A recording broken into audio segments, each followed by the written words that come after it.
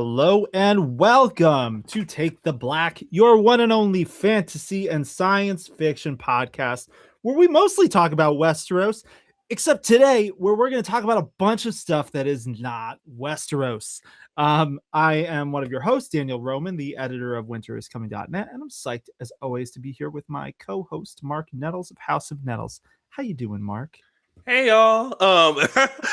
You know what? It's been a great day, great time. Happy to be here talking. It's weird that I know we talked about it a little bit last episode. There's no more Westeros for at least 6-ish months, maybe 7.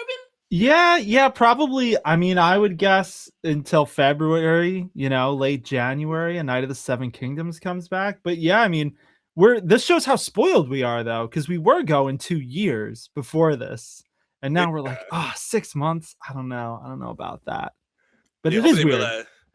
No more 2-year waits, guys. Let's speed this. I'm okay with smaller stories if it means we get to dive into Westeros Essos all across Planetos a little bit more. Yeah, same, very much same.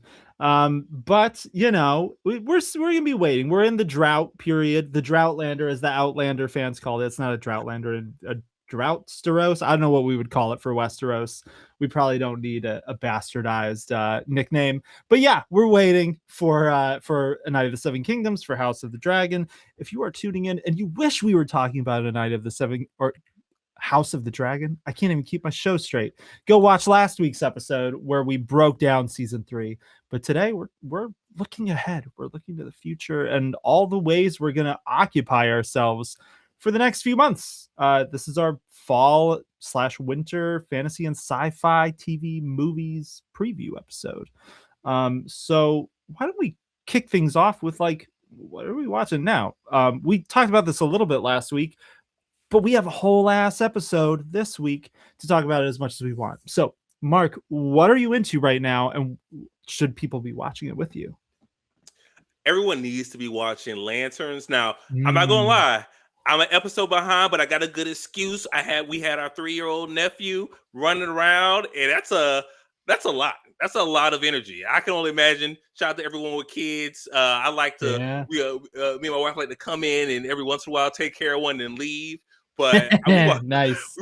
I saw the first episode of Lanterns. I'm all in. We finally got some time to watch the next episode, so I can't wait to watch episode 2. Hopefully before episode 3 comes out. I gotta speed up. But it was very exciting just to have that different take on the Green Lantern lore. Everything still makes sense from everything I remember from the comics and the cartoons, but just to see it live action, see it done well, and see them being space cops so far. We're trying to solve a mystery. There is crime afoot, and we get to see how the Green Lantern solve it between Jon Stewart and Hal Jordan. Yeah, it definitely sounds pretty cool. The thing I've heard people compare it to is like a True Detective type take, but on Green Lanterns. Mm-hmm. So let me ask you, as someone who I haven't started it yet, I want to. It's basically like HBO's current sci-fi fantasy show they've got running. It took House of the Dragon slot on Sunday nights. It seems like the hardcore comic book nerds I know who are like into the MCU and stuff aren't loving Lanterns, and the people who just like really good HBO television are loving it. So where do you think it falls on that spectrum? Does this feel like a usual comic book hero thing? Does it feel like if you like True Detective, come watch this? Somewhere in the middle? I think it's more in the middle, probably still leading towards, you still got like all that cool sci-fi stuff going on in the comic book world, but you do get those elements of, if you're somebody like, hey, I enjoy elements of the MCU, but I do like different stories being told. And that's where I kind of feel like the MCU kind of falls short on how their stories vary. Powerful person fighting some other powerful person, spinning CGI fight, great, awesome, cool. Let's put it to the side for a minute and let's just tell a smaller story. We got a story on the TV scale with still one of our favorite heroes in the Green Lantern. I think that's a pretty good level of enjoyment. Yeah, cool. Do you think this is, so I know this is part of the DCU. The James DCU now. The DCU. Okay, good. Yeah, the James Gunn, Peter Safran DC universe. Which so far has been Superman, it's been Supergirl, I think Creature Commandos, and Peacemaker season 2 are all in there, I think. Even though Peacemaker was out before, so it kind of got grandfathered in because it was a James Gunn thing. So That was a good retcon they had in the beginning of Peacemaker to tie it back in. So shout out to them. Shout out to yeah, yeah, totally. They did a good job of tying Peacemaker in, and Peacemaker feels like it fits, obviously, the tone of the James Gunn stuff. So Supergirl notoriously flopped a bit at the box office. Do you think Lanterns is like the shot of adrenaline that the DCU needs? I think it will do enough to keep everyone interested in the DCU. Yeah, I think it's going to be kind of hard for us to say like, all right, this is going to help it completely skyrocket because television and film, it is just two different mediums. totally. The way you set up the storytelling from long form content from a television show to a movie where it's like, hey, I got to get this done in an hour and a half to 3 hours. That's my time frame. Let's make it work. So it's the different storytelling, but I'm enjoying what the Lanterns is doing. I enjoy longer stories, so Yeah. the way my mind works, like give me a TV show, let me kind of figure things out, parse things out. That's why you give me a good mystery, like you got my attention. Yeah, cool. Yeah. And it seems like this has one because, like you said, like it is a detective type story. It is a mystery. They're basically it's like a buddy cop dynamic with right a seasoned Green Lantern and a new Green Lantern. Yeah. So you gotta. I think we get to figure out because of course we all know John Stewart eventually is going to become Green Lantern, but Yep. how does that happen if there's only for right now at least there is one ring. We have two people, the person in Mm, training, person who is supposed to be the next Green Lantern. Like what's this dynamic going to be? yeah, that's a good question. Oh man. Well, maybe we'll get a an HBO trademark tragic death in Green Lanterns before the end. We'll see. Oh yeah, we'll definitely see. We'll definitely see. But what are you watching in particular right now to get us all super excited?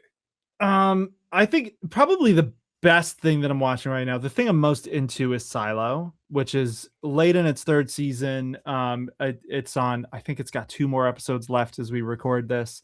And Silo, it's been pretty good this season. Mm. It's kind of the last episode brought a few characters back who hadn't been in the show since season 2, who are really a lot of fun to see on screen.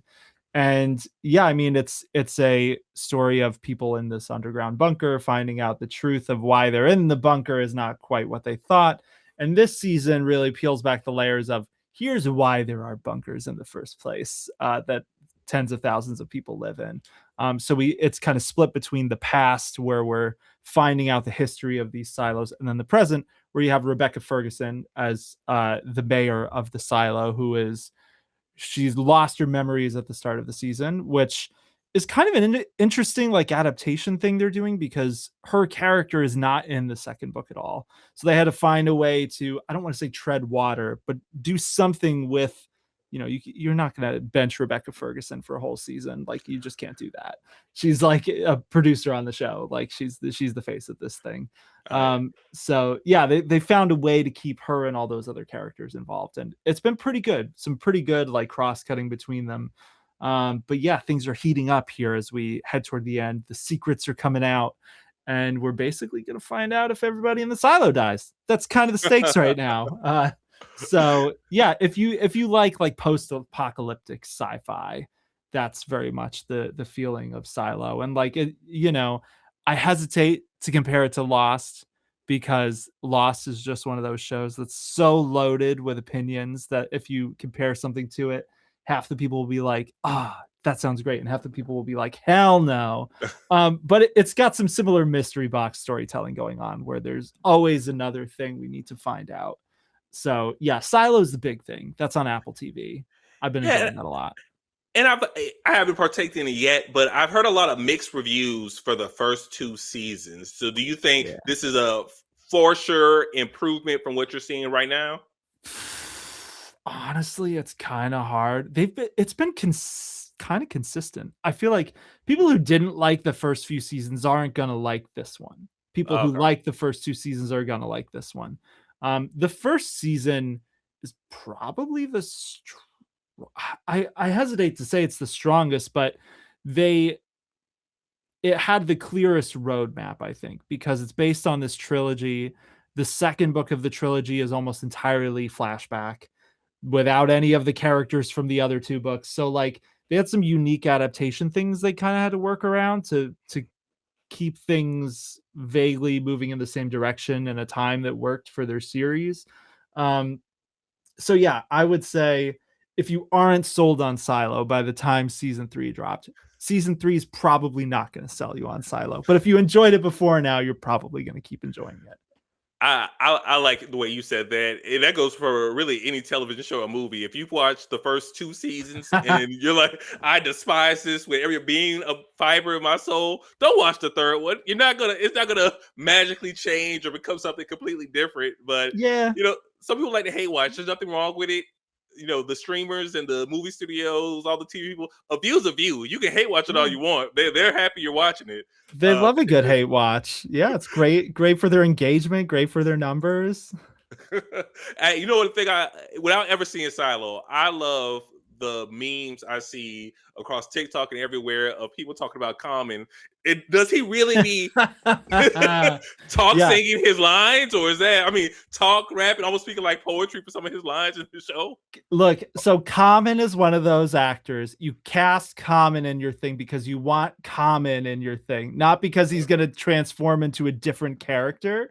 And Common is exactly what you would expect from Common being in. He's like the one person in the silo with like a leather jacket. Like he's got a very unique presence where he comes on. It's like, all right, Common's here, and it's pretty fun. But I will say, this season is Common's season. Like there are some previous seasons where I've been like, it almost feels a little silly because the people in the silo, they have all these weird little idiosyncrasies and like things they say that are like, they sound kind of ridiculous unless you live in this silo. Like, oh, we're going to the down deep. And it's like, okay, like you're going down to the lower floors. I got it.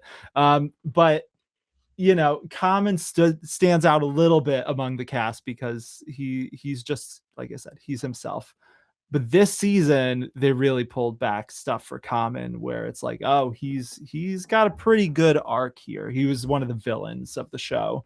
And he's got kind of an anti-hero thing going on. So yes, the memes are accurate, but also Common's having a hell of a run. He's like the MVP of the season for me so far. Hey, you had me at leather jacket. Yeah. You had me at leather jacket. I'm like, how did he get the leather jacket with there being no cows? How old is this leather jacket? Exactly. These are the questions you have to ask in the silo. People have like, there's like a Pez dispenser. It's like, look at that relic. We need to ban it. So wherever Common got the leather jacket, because it is like the literal one that I can think of in the whole show. Yeah, he probably had to pull a few strings for that thing. Hey, cause sometimes you got to be in style, so I'm not gonna blame him for that. It's true. But yeah, that's the main thing I've been watching. Definitely would recommend it if viewer,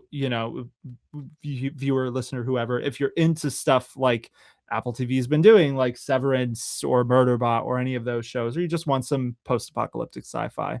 Definitely scratches that itch pretty good. It also has made me mad about Game of Thrones season 5 all over again, because this season so the people in the past, it's like a whole new main cast that we have, a few new really important characters. One of them is a reporter named Helen, who's played by Jessica Henwick, who was Nymeria Sand, the sand snake. And she's amazing. She's so good. And every time she's like acting her ass off on screen, I'm like, man, she was so wasted as Nymeria Sand. What a shame, because she's really, really good in Silo. She's like one of the standouts this season. Hey, justice for the sand snakes. I think we need to have those shirts made or something. Yeah. Justice for the sand snakes. But yeah, that's the main thing I've been watching. I started a show, speaking of Game of Thrones people, called Ride or Die, which is, I think, on Prime. It stars Hannah Waddingham and Octavia Spencer. And Hannah Waddingham was Septa Unella in Game of Thrones. She's on Ted Lasso now, but she plays like an assassin in this, which like I've never seen her in an action role, like beating people up and stuff. And she's amazing at it. So yeah, that's really fun. Very, very, it's like a funny, it's like a oddball comedy type show, but also people are dying. So one of those. I'm gonna have to give it a try. I saw the trailer. I was so confused. I'm like, now what's happening there? Which one of you guys are the assassin? Yeah. Yeah. So Hannah Waddingham is the assassin. Octavia Spencer is a politician. I think she's a politician's wife, but she's one of those ones where like she's doing all the stuff for her husband, who's the actual politician. Let me wave to my They're wife. yeah, they're best friends, and Octavia Spencer's character doesn't know that Hannah Waddingham is an assassin. So that's kind of the setup, and that's the ride or die. It's can their friendship survive this bombshell secret coming out, essentially. No, you should have told me. Tell me, tell my people I know. Tell me if you're a secret assassin. I need to know. That's exactly what the show is. So yeah, it's a lot of fun. So I've been watching that. I've been throwing on Reacher once in a while. That's another. This is what happens when there's not enough fantasy and sci-fi on. I'm watching like spy thrillers. Ugh.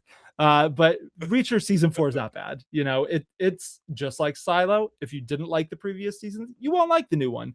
If you liked the previous seasons, you'll like the new one. It's a big guy. People try to put him in jail cells and stuff, and he's too big and he beats them up or kills them in really creative ways, while being mildly charming while he's doing it. So Reacher is, it's kind of like a fluff watch show. I put it on when I want to watch something that's not too heavy. We're not watching Kingdoms Rise and Fall. It's just entertaining. But those are the main things I've got on right now. Sometimes you need somebody that's just going to go in there and beat somebody up. That makes for good television. I enjoy so many good TV shows that do that. Look at Daredevil, the last 2 seasons. Just somebody walking into a room. What's he going to do? He's going to whip everybody's ass. You can never be upset. Now, a show that I was watching, thrown in the background, and it baffles me every time. Also on Apple TV, would be Cape Fear. Oh, I don't know if you ever see. I haven't. I've heard the title sounds familiar. So what is this show? It was a 1980s movie, as well, I think, as a 1970s movie. So this is the third iteration of the movie. Man goes to jail. His lawyer did a bad job representing them. Kind of did it on purpose because the lawyer thought they were guilty. Turns out they were guilty. They're also super crazy, and when this person gets out of jail, it's their mission to ruin that lawyer's life. That's the entire premise of the show. So it's definitely it's not a good watch. It's actually a very bad show. I was trying to lie. Really? Yeah, it's I don't know what's going on. Let me but it has a good cast. Javier Bardem, he plays he plays the main crazy person in the film. Of course he does. Yeah, you'll cast Javier Bardem to play a not crazy person. I think he does a good job, but the plot asks you to be ridiculous. The main family, which is Amy Adams, was playing his lawyer from back in the day. Gotcha. She's married to Patrick Wilson, who plays her husband, and she was pregnant during the trial. But that's not Patrick Wilson's baby. It's a whole weird dynamic there. They get together, they get married. He was the prosecution, she was the defense attorney. They're not supposed to be together. Oh, that's a bad look. Client goes to prison. Turns out he didn't do it, but all the evidence shows he did do it. The audience knows he 100% did do it, but he just ruins their life. But everyone's super silly in the show. Their kids are silly. Max Caddy should be causing as much mayhem as he does in this show. But if you want something to throw on and watch, do it. You'll be mad. You'll be like, "What's going on?" But you can have it on the background. You have a okay time. That's funny. It's so funny because I feel like Apple TV is so consistent with their shows, but really that's mainly their sci-fi shows and like a few of their comedies. I feel like some of their like mysteries or thrillery type things, like real hit or miss. Like they could be really fun. They can just be totally out there. Sounds like this is a little bit more on the latter side. Yeah. Not the best mystery, I'll say. I'll tell you, go watch the 1980s one. Definitely a more fun watch. Who was in that one? That one had Nick Nolte. Robert De Niro plays Max Caddy in that one. So star-studded. Jessica Lange plays Nick Nolte's wife. So that's the one to go watch. Okay. Yeah, I believe you. I fully believe you. Sorry, Javier Bardem. Yeah, so that sounds fun. So I love that we've both got some things we're really into. We've got some things that are kind of our background shows. Is there anything else you're watching right now before we dive into what's coming? Ooh, So much I'm watching, a lot I'm reading, trying to decide on the next book I'm going to read has been my crisis like the last 2 or 3 days. So I'm like, what Yeah. am I going to read next? So if anybody, of course, if anybody has any suggestions, please let me know. I got a lot of things running through my mind on what to read next. And so that means you finished, is it book 8 of Dungeon Crawler, Carl? I finished book 7. Everybody in my house, which is only 2 people, decided we're gonna wait until December to read Oof. book 8 because Oof. we know we got to wait a little while for book 9. So we're trying to stretch Yeah. it out, but we did read every other book this year. So Nice. Nice. Yeah, it's been the year of Dungeon Crawler, Carl, in your household. yeah, a lot of deep conversations. Nice. Yeah, I'm reading Fire and Blood. Because again, I have a problem. House of the Dragon ended. I was like, maybe I'll read Fire and Blood now. I haven't read it cover to cover since like the year it came out. Like when House of the Dragon was coming, I read like the part about the Dance of the Dragons a few times for season 1, for season 2. I did that. But I haven't read all the way from the beginning, and it's been kind of awesome. Like Jaehaerys the Conciliator, real interesting life. Like it's been really cool to revisit some of these earlier, rulers of Westeros and the history, and kind of there are all sorts of different interesting characters that go along with them, like Rhaegar Baratheon and Alyssa Velaryon, and like these people who like they're not really ever mentioned in House of the Dragon, but they have really interesting lives and stories in Fire and Blood. So that's been a lot of fun. That's been my book thing lately. I'm at the dance now, and I'm less motivated to read because this is the part I know really well and that the show is. Just skip to the end, like where the show left off. Like I'll just start here and go from Yeah. here. Yeah, I'll just go straight to the Regency that I don't expect to get adapted. Sorry, people who are hoping for the Regency. It's not going to happen. No, not for a long time. We'll be gray and old by then. You're almost making me motivated to read a Song of Ice and Fire book because one of the Clash of Kings is one of my top 3 books that I'm considering reading next. Well, rereading that book. So okay. I wanted to skip Game of Thrones. I read a Game of Thrones so many times. I was like, I can skip that one. But okay. I was going to ask why skipping Thrones, but that's fair if you've read it a lot. I feel like Clash of Kings is like the most. People are going to come for me and say A Feast for Crows in the comments, but I think Clash is the most underrated of the series because it just gets so overshadowed by a Game of Thrones and a Storm of Swords, which both have like huge things. But the last time I read Clash, I remember being like, this is probably my least favorite. And like, there's some really cool stuff in there, especially near the end that the show didn't do, like stuff with Jon north of the wall. Like, so yeah, I won't pressure you to read Clash of Kings, but I will be curious to hear what you think if you do. It's on the list. So probably by the next episode, you'll know if I'm reading the Clash of Kings. Nice. I cannot wait. But yeah, so books aplenty. There are always more books to read. But so in terms of what's coming, let's tell people what they should be watching, which I guess that's why you're probably watching to this podcast, because you want to know what's coming out. And we do have a list here, so we're going to talk about that now. Nearly a half an hour into our podcast. You're a trooper for making it this far with us. So should I just list off a couple things and we'll talk about which we're going to watch? How do you want to do this? Do you want to list a few things? I can say the big thing on it that I'm most excited about. And we can is it skipping around? Yes. Does anybody here can anybody else see the list? No, they don't. This could be number 1 for all you know. The one I'm probably on this list most excited about is going to be Dune Part 3. Yeah. Like I'm all in. I thoroughly enjoyed those first 2 books. The first 2 movies. You know what's funny? I only read half of the first book, and I never finished it. But then I saw the movie, and I was like, I was blown away. I was blown away by the second one. I'm like, I can't wait to see this adapted. I kind of know the outline of the story, but I'm like, well, how's this all gonna fit in here? How are we gonna tell the story of Paul Atreides? How are we gonna tell the story of his potential children popping up in this film? I'm like, I'm just super excited about it. And am I gonna see it at IMAX? Hopefully. Are the tickets already sold out? Definitely. Yeah. Yep. Our colleague Natalie Zamora was trying to get tickets the day they came out, and it was just brutal. The way that the tickets kept resetting. There were lines outside of theaters in the city for a movie that's out in like 5 months. So yeah, the hype, the IMAX hype for Dune Part 3 is real. I mean, obviously, that's the thing I'm most excited for on the list. So we will bounce around here. So Dune Part 3 comes out on December 18th, the same day as Avengers Doomsday. Um sorry Avengers, even though Avengers is going to do better at the box office because you can bring your kids to see the Avengers, you probably aren't going to bring them to the movie about the guy who has remorse for a galaxy-wide genocide. Just very different movies. Yeah. So yeah, so you haven't read Dune Messiah.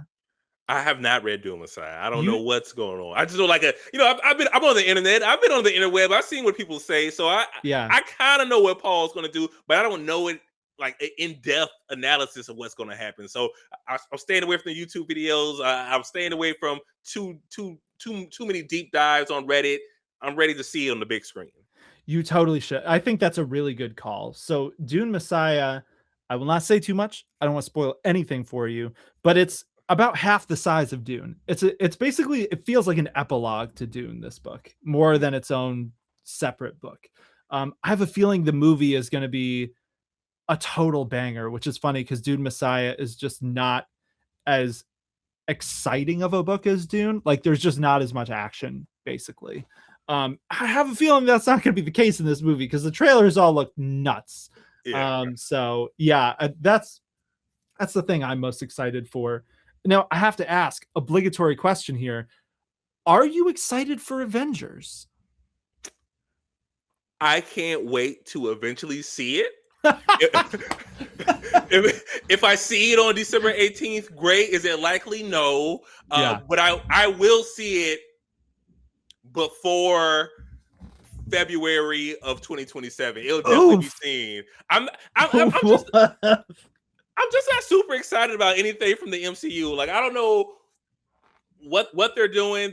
I know a lot of things happened in the background. I had to retool a lot of things from the death of one of their main characters in real life, and Chadwick Boseman from one of their people playing one of their major villains, running down the street getting chased after what he did. They had a lot of things they had to navigate. I understand. I don't think they've been telling really good stories since Endgame, and even before that, some of the movies they have, like, like what was Thor doing the last two movies? Horrible. Shang-Chi, I enjoyed it until that dragon fight at the end. That was bad. Same, total same. Yeah. They had a great personal story going, and even though I didn't like that last part, I'm like, all right, I'm excited for the character. Where's he been? I don't know. Yeah. He'll be in this movie. Kind of, maybe the movie that's gonna kill a whole bunch of characters. Yeah, okay, awesome. Yeah. Eternals, don't know what happened to them. Who that? Enjoyed that movie. Who is that? Who is that? Is that Jon Snow? Give him the sword, gosh damn it. So I'm just not excited about the film. I'm happy it's coming out. They're doing something. Feel like they spent too much money. None of the trailers have really looked good. Like I'm not excited about it. Kind of like that. The movie that just came out. What is it? Dog fights. The Dog Stars. The Dog Stars. Yeah, it could be a great movie, but based on that trailer, it did get me excited for it. I was a little confused, and that's how I feel about Dune. I'm not saying they need to spell it out for me what's happening, but like I would ask the people who cut that trailer, like you have access to most of the things in the movie to get everyone excited. Do you think did that trailer get you excited for Doomsday? Yeah. For me, not really. The first one that got me a little bit excited was the most recent one, which was like about Doom. You know, that was the first one was like, okay, maybe I would be a little excited for this. But I mean, I totally agree with you. Like, yes, there are things that they had to deal with, real world things that affected the trajectory of the MCU. But I think there have been enough MCU projects that we can safely say that that wasn't the whole problem. Because you know they released their essential watch list for Doomsday, and it's missing like 4/5 of the things that have come out since Endgame. Like it's missing most of that stuff.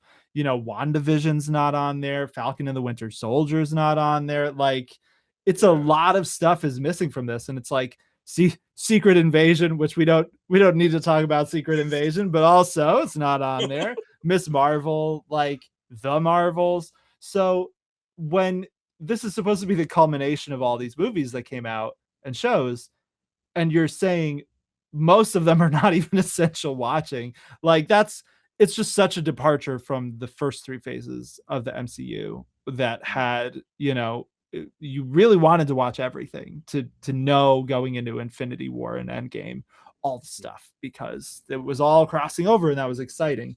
Here it feels like they're just so desperate. They're so desperate, and they're like, please come watch our movie. Even though like Spider-Man Brand New Day is doing really well. It's over the $2 billion mark.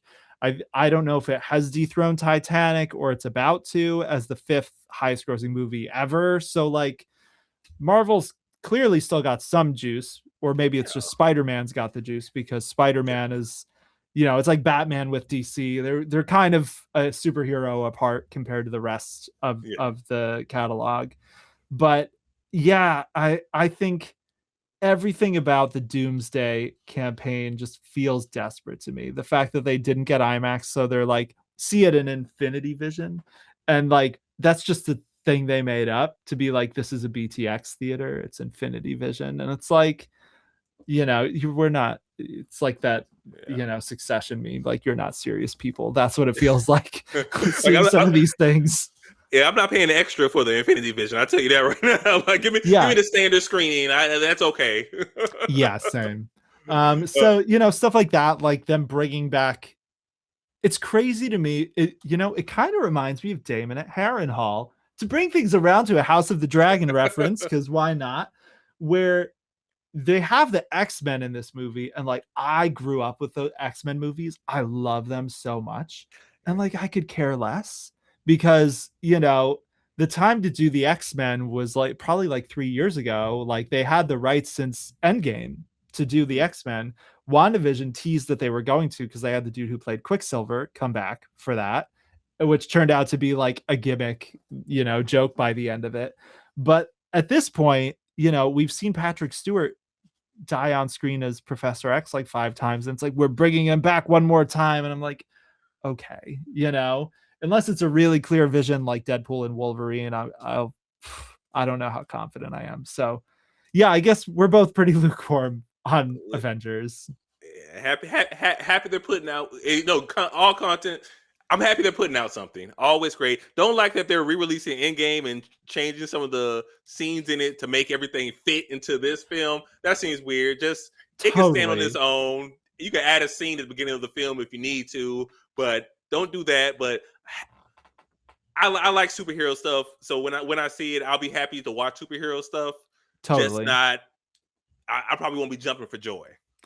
Yeah, that's a pretty good other example of the marketing being kind of ridiculous. It's like, again, if you're tweaking Avengers Endgame to tie into this new Avengers movie, that movie came out like 40 MCU projects ago. Like, why is that the one we're tying into this thing? I got like an AI overview like ad on my Google Discover today that was like, Avengers Endgame being re-released with improved color grading and a tweaked line of dialogue. Plus 4 minutes of extra footage to tie it into Doomsday. And when I saw the a tweaked line of dialogue, I was like, I'm sure this is the AI messing up the interpretation of it, but that just feels like such a funny look behind the curtain of, yes, if the color grading and a single line of dialogue is the brag here for why we should go back to the theater for this thing, something is going awry. Yeah, just release that 4 minutes on Disney Plus. We'll all be the better for it. I'm not gonna give you $18 to hopefully watch that 4 minutes and then not even notice what the 4 minutes were. I think that'll be the slap in the face. I watched it, I'm like, where they add those scenes? What happened? Yeah. Or like, even worse, it's like at the end of the movie, it's a 4-minute post-credit scene, and it's Robert Downey Jr. like opening his eyes, and he's in a Doctor Doom mask instead of an Iron Man mask, or some dumb thing like that. which would undermine, one of the best moments in the MCU, which is Iron Man's sacrifice. So yeah, now that we've ragged on Avengers for a bit, clearly we're both going to see Dune before Avengers, and we think you should too, probably. Yeah. I highly agree. What else are you looking forward to? There's a bunch of shows. I am going to list a couple, so think about what your answer is for your next one. So, we've got Dark Matter season 2, which, as you watch or listen to this, viewer, listener, will have just started premiering on Apple TV. That is it's interesting because it's the second season of Dark Matter. The first season adapted the whole book from Blake Crouch, but Blake Crouch is also the showrunner of the TV show. So he's helming this TV sequel to his own book.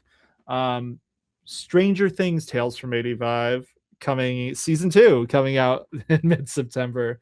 The Resident Evil movies in September. Outlander, Blood of My Blood season 2 September. There's a Crystal Lake TV show coming out in October. Cyberpunk Edgerunners 2 coming out in October. Lord of the Rings of Power season 3 November. Percy Jackson and the Olympians season 3 November. The Hunger Games Sunrise on the Reaping movie November 20th. Blade Runner 2099 November 25th. So I'll stop listing there. What are you most looking forward to aside from Dune? You asked the hard-hitting questions. I would say I am really interested in the Hunger Games Sunrise of the Reaping. Because I read the first book. I didn't finish the trilogy because I was one of those people that went out and saw the movies. Yeah. But I enjoyed getting to see Hamish's game, seeing his Hunger Games. The quarter quill is twice as many tributes. You know what that means for us? Twice as many people to kill. Are they children? Yes. Is it going to be interesting to see how it's all going to happen in his bloodbath? Yeah. I'm interested. I like my violence fictional, so this is always great. So I'm really interested in that. And cool. Cyberpunk Edgerunners 2. Definitely, I enjoyed watching the first season on Netflix. I'm like, oh, that came out a while ago. It did. Huh. Yeah. I'm about to say, I don't think I was over 5 years ago. Or I think so. I think it might have. Now I got to look it up. It was definitely a while ago. I didn't even think they were going to do a second one because Edgerunners really stands on its own, and this is a whole different crew. So September 2022, so 4 years ago. But yeah, I mean, they're coming back to Cyberpunk, World of Cyberpunk 2077 from CD Projekt Red, and you just know it's probably going to be really good. I feel like, it's like they don't really put out crappy things, and it seems like this has been cooking a while. So that's one I'm excited for too, for sure. Yeah, the first season was so good. I trust them with the story. It's like I don't know anything about it. I barely see anything, but you earned my trust to go into it with my eyes wide open. Like, what are you gonna do? Totally. I feel totally the same. I haven't even seen all the trailers for it.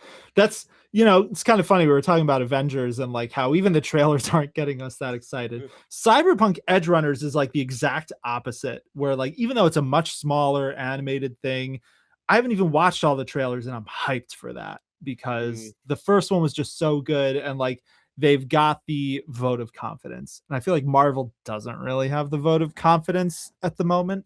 They kind of need to win that back over. And maybe Spider-Man's done that for a lot of people, but I haven't even watched it yet because I haven't been drawn to, and I go to the movies less than I used to because I have a little kid. So yeah.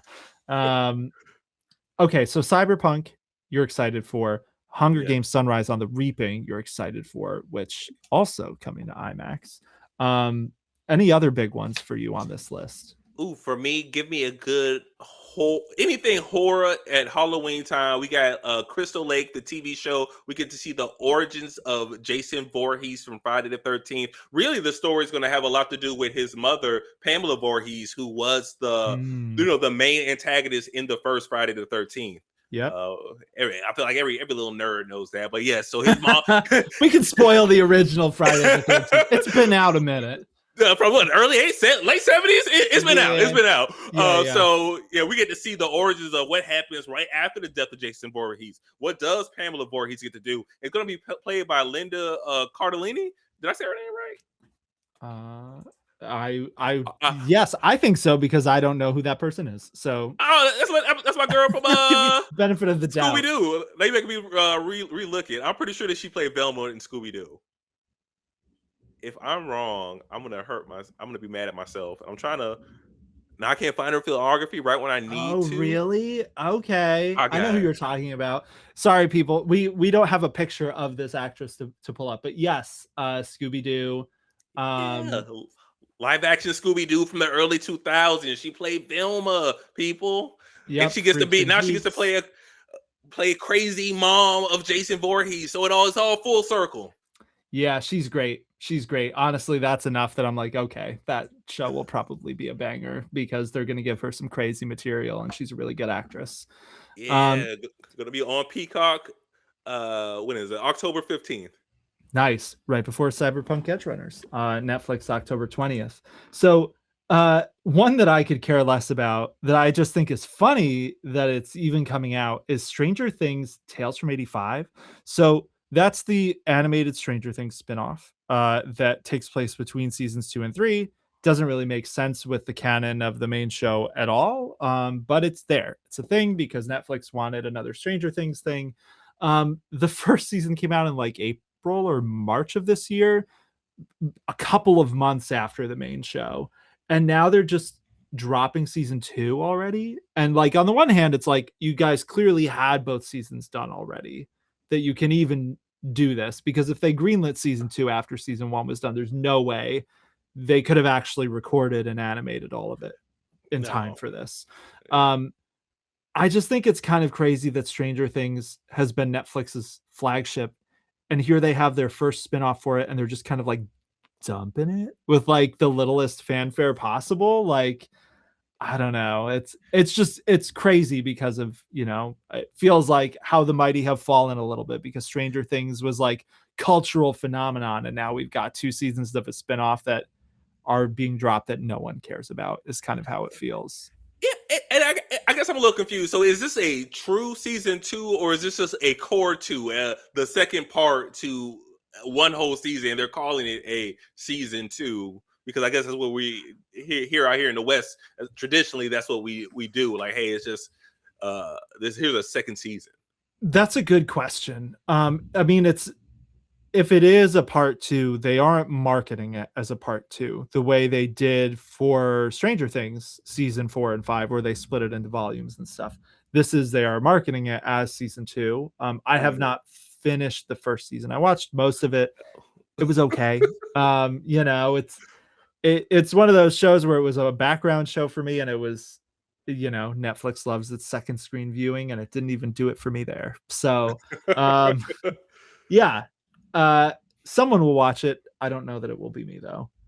Yeah, it's just a weird timing and place, and like you said, it feels like the way it's just being dropped right now. They couldn't even wait until like January of next year. That they're just trying to get it out there, get it done with, so they don't got to hold on to this property anymore, and just there probably won't be a season 3 for the Tales from '85.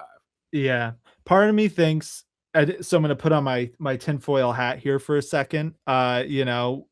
Watching the tides of Hollywood type thing.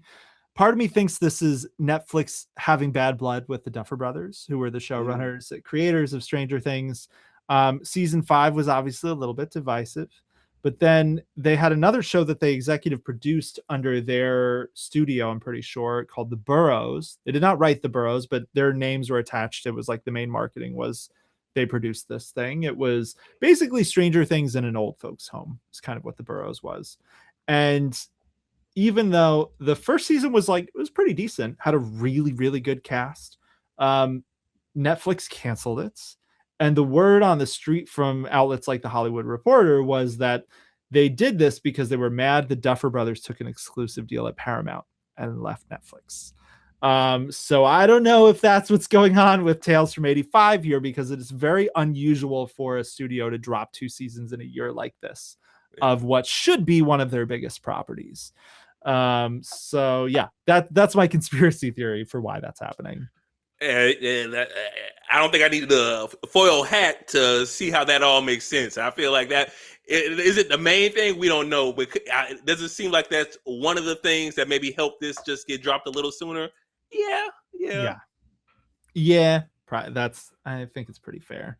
But so you mentioned horror, Crystal Lake. I will shout out a horror thing I'm excited for too, which is the Resident Evil movie from Zach Kreger. Comes out September 18th. I love me some Resident Evil. I'm a longtime fan of those games, the movies. I even read some Resident Evil books back in the day, which were really not bad, honestly, by S.D. Perry. Um, this movie is Zach Kreger, the main thing is just it's a Zach Kreger horror movie with the trappings of Resident Evil. He made it very clear he wasn't going to adapt one of the games because that's just like a loss leader proposition. Like no one, you're always going to have people who are upset you didn't adapt the games quite right. So he's doing his own original story that's kind of like parallel to one of the games. So all that aside, it just looks like a good horror movie. So I'm gonna go get the bejesus scared out of me from that next month, and I'm very looking forward to it. Yeah, that's a top film in my house as well. I think he's 100% right to try to add a story to this existing property, then try to fit. Because as we've seen from adaptations like The Last of Us, trying to go one for one with the game, it can go sideways, especially when you're trying to retell a story or the story doesn't really fit for the medium we're in right now. Just go do your own thing, tell this different story. Maybe you can fit a character or two in from the game. We see it from a distance. All the people who are deep in the lore be like, ooh, that's so-and-so, while they hit you in the ribs trying to tell you. But I think it's going to be good. It's going to be a fun time. Who doesn't love crazy medical zombie thingies running around? Like, I'm here for it. I'm here for it. Yeah, totally. And we've had enough examples of it going bad when people try to adapt the games and don't quite do it 100% right, or do 1 foot in and 1 foot out where they're doing an original thing, but it's kind of relying on game characters, like the Netflix series of Resident Evil that had the late great Lance Reddick as Wesker. Not even Lance Reddick could save that show. He was amazing, but the show was really just out of place for that franchise. But yeah, I mean, Zach Kreger makes a good horror movie, so and that's the whole that alone is a leg up on most of the other ones. Like, they make good horror movies. What is this? A horror movie? Let's go. Sold. Yeah, that's all we want in our Resident Evil, is just for it to be a horror thing. So yeah, I'm really looking forward to that. One that I'm curious if you are interested in at all is Lord of the Rings of Power, which is like the next big fantasy show that's coming. It's coming in November. Amazon is doing this really dumb release strategy for this, where they're dropping the first 4 episodes on November 11th. Then they're dropping 2 the week after and 2 the week after. So the whole season comes out in November. Again, tinfoil hat. My theory for this is because they really, really, really want you, fantasy nerd, to subscribe to Amazon Prime for Black Friday and Cyber Monday. So all the episodes are out before then, as well as Blade Runner 2099 drops before Black Friday and Cyber Monday on Prime Video. So do you care about either Rings of Power or Blade Runner 2099? I do care about Blade Runner 2099. Like, I love the Blade Runner franchise. I remember watching it on bootleg, not really bootleg, but it was bootleg, quote unquote. Loving the original Blade Runner. I saw the different cut of it. I'm like, I still enjoy it. I watched the last one. Excited to see how this one goes. So I'm all. So you a Blade Runner fan? I am. Yeah, I really enjoyed the original Blade Runner 2049. I'm hyped for this. It's one of those movies where, like, I really like Ridley Scott, but I was always more into Alien than Blade Runner. So I always enjoy it when it's on. I always love watching it, but it'll be a good excuse for me to revisit all of them, this new series, because it's been a while since I've seen them. Oh yeah, I haven't seen it. Oh, that's a good point. I'm probably gonna rewatch it now. You got me. There we go. There we go. I'm not sure if I like that release schedule for the Rings of Power. Oh, it's awful. Yeah. I'm just not a fan. I'm not the biggest fan of the binge model. Yeah. I know I've said this on here a thousand times, and I said it on my channel on TikTok a thousand more times. If you person, especially like me, I like the conversation of the show. I like to theorize. I like to talk about an event that happened in the show, and it's hard to do that with everyone else when you drop 4 episodes. And it's like, great, I know it's going to be a young person or somebody that doesn't have anything else to do. I can sit down and watch 5 hours of content. Awesome. Everyone doesn't. It's especially with all these other things coming out and release. Of course, your diehard fans are, but somebody who's tangentially, like if I went back and watched those first 2 seasons, and then you're like, all right, if you want to talk to anybody about it, you now have to watch all this other content before you can even start. It's like, oh, okay. Yeah. That's what happened to me. Season. Yeah, that's what happened to me in the boroughs. I was halfway until we watched 1 episode a week. Then they're like, oh yeah, we're not gonna do season 2. And I was like, well, I'm out. Yeah, which is fair. And then it becomes a self-fulfilling prophecy where the thing doesn't do as well anyway. Yeah, I mean, Amazon loves these things, and I feel like we started to see a little bit more of the why of this. So I know I said the Prime Video thing, and that sounds like a joke, the Amazon Prime subscription, but they actually said in one of their like shareholder things a while back that like that is a major driver for what they gauge as the success of their television shows, because Jeff Bezos definitely makes TV as a side hustle. It's a hobby for him. He could bankroll their TV department with like the money and under his couch cushions. So the success of the TV shows matters less than everybody having Amazon Prime for the holidays. So yeah, I mean, it's insane to me because the Rings of Power is supposed to be their big flagship series in general and fantasy series. And they spent an astronomical amount of money on this thing. Like, I think it might still be the most expensive TV show ever produced.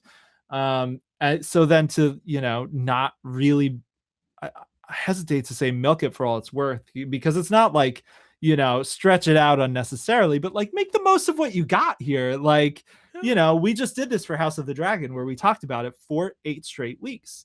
And Amazon could have, if not quite the same level, they could have 8 straight weeks of nerds talking about the Rings of Power. And instead they're going to wrap it up in 3. And that's just crazy to me. I don't know what happened to the art of especially making a 10 episode television show and the last one of the season maybe being an hour and a half, just a little longer, so it feels like, oh, this is the season finale, everything's going down, I have to watch all 80 minutes of this because it's going to be worth it to me. Like, I don't know what happened to the art of that. I feel like people are abandoning it. Yeah. Well, I think HBO had it with House of the Dragon. I mean, it's 8 episodes. It's not 10. But I'm grateful that Apple seems to know that. I feel like they're the one, some of these tech companies turn TV studios. I feel like, the priorities are not all the same. HBO makes TV. That's their whole thing. Amazon's a massive business with a TV arm. Apple is a massive business that basically does television shows almost as like PR, where it's like, Apple culture is cool. Here's some cool TV shows we make. Like, yeah, I'm sure, their streaming service is like dirt cheap. And I'm sure it's that way because they don't really need the money from the streaming service the way like a Netflix would, where it's their whole model. But yeah, so the Rings of Power, it's funny because like we haven't talked about the show at all. We've just talked about the release strategy. But yeah, I mean, I will be watching that. I'll probably be reviewing that at the site. I'm sure we'll be covering it quite a bit because it is it's Tolkien. It's a big deal. This is the season Sauron makes the ring. So, they're getting into some of the juicy lore stuff. They've got Jamie Campbell Bower, Vecna, as Galadriel's long lost husband, who's been missing for a few seasons. He got like 2 mentions in the whole show so far, and now they're like, we're bringing him back. Yeah, so I am Rings of Power is just such a mixed bag. Like, I will watch it. I will look forward to watching it. I don't necessarily expect it to be great. That's kind of how I feel about it. So maybe solid TV. I guess that's not a bad thing. Everything can't be the best thing we've ever seen. Some things are just going to be you had a good time while you were there. So you let me know if I need to binge watch those first 2 seasons, even though I hate binging. Probably not. Oh, Unless it's really like, there are redeeming qualities. Like, it always looks amazing. They have a crazy budget. It looks great. Charlie Vickers as Sauron is excellent. Like, he's one of the highlights of the show, which is really good because if you're going to have a character like Sauron, you want them to be a highlight of your show. yeah. But there are also storylines where it's like, y'all really didn't know what you wanted to do here. Like, there was one last season like that in Numenor where it just, you could tell they had trouble on the edit making it make sense and making it all work. So even the really good moments were kind of, hobbled, Yeah. I guess. Yeah, that's that issue with those massive shows. You really gotta plan everything out. Like, Yeah. maybe you film it 2 different ways. Maybe you have 2 different scripts once we get there. But if you don't, it makes it hard to all come together. So, Yeah. Not to say that they were rushing, but maybe that detail wasn't 100% attended to the Yeah. sections. Yeah, I mean, they have a lot of plot lines going on, and they have very, very loose source material to work with. It's basically a Fire and Blood situation all over again, except it's the part of so this book, The Silmarillion. I assume you're familiar with. Yeah. So the Silmarillion, basically the Fire and Blood of Tolkien. The part that the show is covering is the part of the Silmarillion Tolkien didn't care enough about to really write much about. So it's like you have the first age and it's like 70% of the book, and then the second age and it's like 80 pages, 100 pages of the book, and that's what they're making this show on. So they have a lot of freedom, just like House of the Dragon, and at times they make good use of it, and at times they shoehorn in a character like Tom Bombadil because they thought it'd be fun, and it is just like, okay, I guess we all wanted to do this. Some people did. So yeah, it's a real mixed bag. You don't need to binge it. There's probably better things you could binge than that. Rewatch Cape Fear again. There you go. Oh man, yeah, but I'll definitely keep that in mind. Anything else you're excited or not excited, but it's coming out this year anyway that you might watch? Yeah, so it's thunder and lightning here. So we'll see if we can get through this before the power goes out. Oh. So there is one other show which we are getting a sign from above that it is not blessed by the gods. There's one other show that is coming out that I have very mixed feelings about. And I'm really curious what your opinion on this is. So the HBO's Harry Potter show comes out in December. I personally could not be less excited about this for a variety of reasons, from the J.K. Rowling of it all, where she's waged, kind of hate campaign against certain demographics of people using her vast wealth to support these things, to just the ever milking of Harry Potter as a franchise, and also just feeling kind of out of place on HBO. So yeah, that's coming out December 25th. I am very torn about it. I want to hear your thoughts as I close the window because it's getting very loud in here. No problem. Is it creatively bankrupt? Yes. Will I be watching it? No. Yeah. It's especially for the creator of that world, using their money to help fund hate. Not for me. Not for me. Not for me. And it seems like she's doing this and HBO's doing this for petty. Well, she's doing it for petty reasons because I know she's kind of trying to disassociate from some of the original big time actors and actresses from the series who don't agree with some of her personal beliefs, and a lot of people don't agree with some of her personal beliefs. But for a world that is so rich and so many stories involved, so many stories you can expand upon to retell something that was told well. Did they have every single plot point that happened in the books? Did they put it on the big screen? No. Did they tell everything that was important? Did we get a cohesive story for 8 films that related to the books extensively? Yeah, we did. They told the story. Not too long ago, within my lifetime, I read all the books. I saw the movies. I'm not going to say I'm a super young person, but I don't think I'm super old, at least not yet. At least I got a few more years left in me. And we're just gonna retell that story again. It's like, oh, okay, I don't see the rhyme or reason at this point of that story. Yeah, I mean, it seems very much like it was. So whatever J.K. Rowling's thinking was, there was also a corporate mandate here to do this.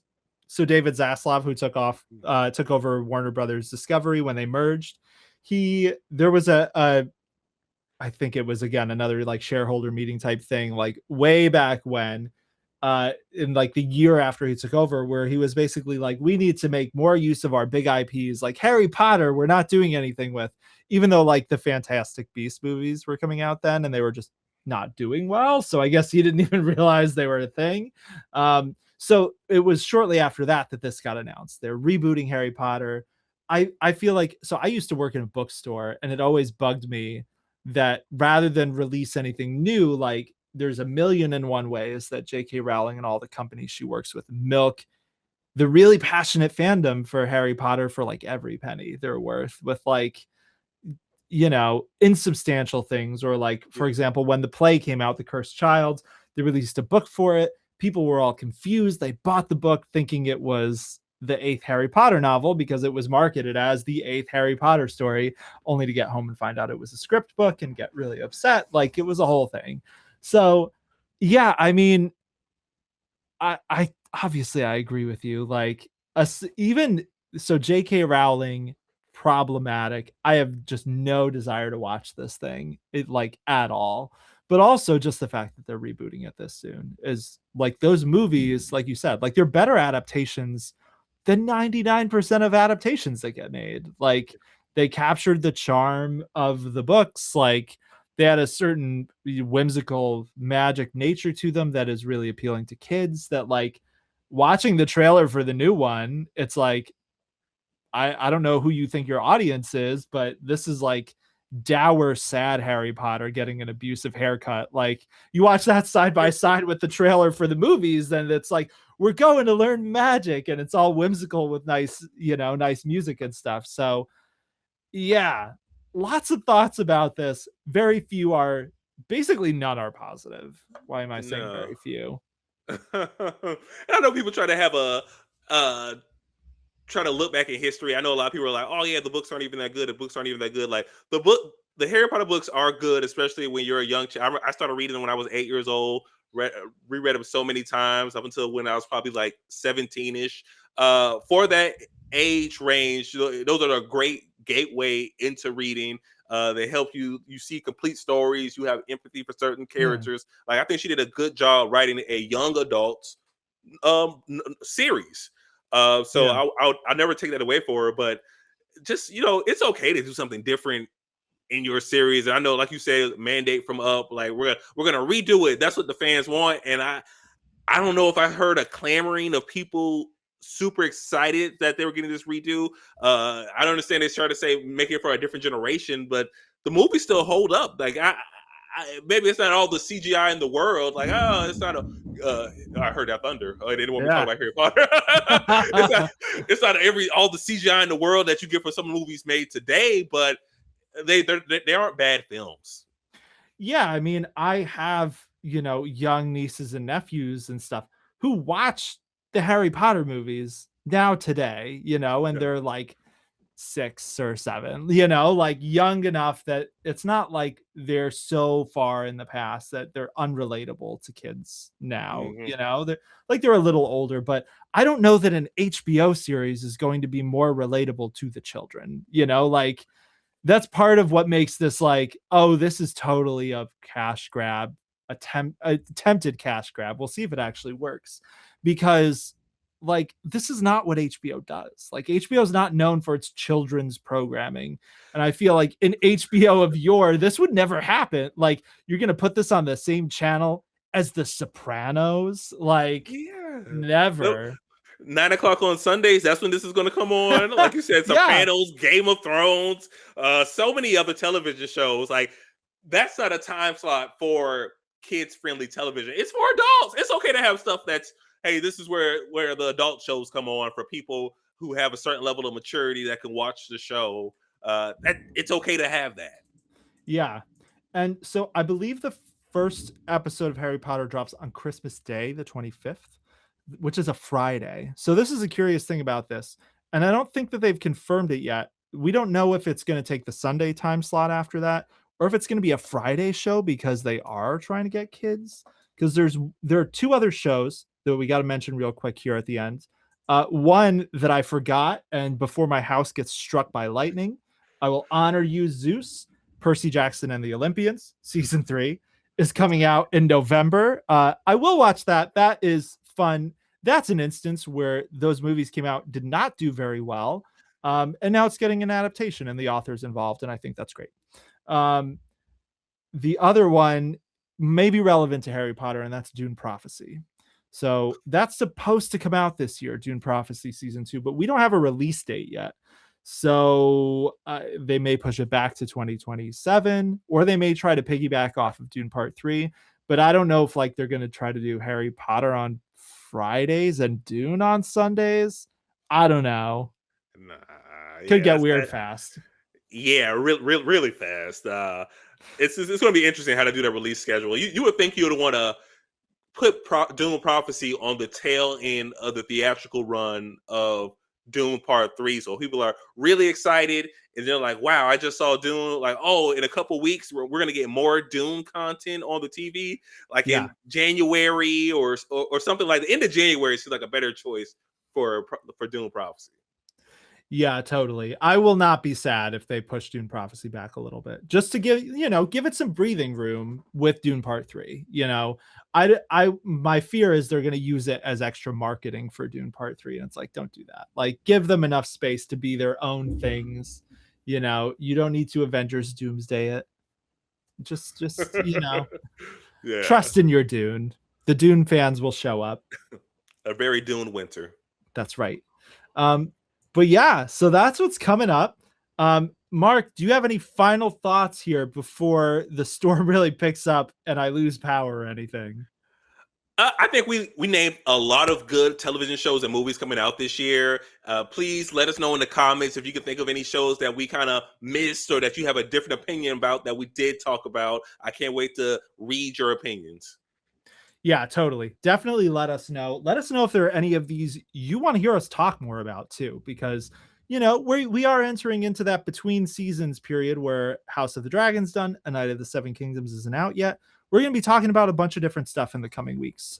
So if there are particular shows you audience are interested in, now is your time to let us know, or books or movies, kind of all that stuff, as long as it's fantasy or sci-fi or some horror, which we like to dip our toes into too.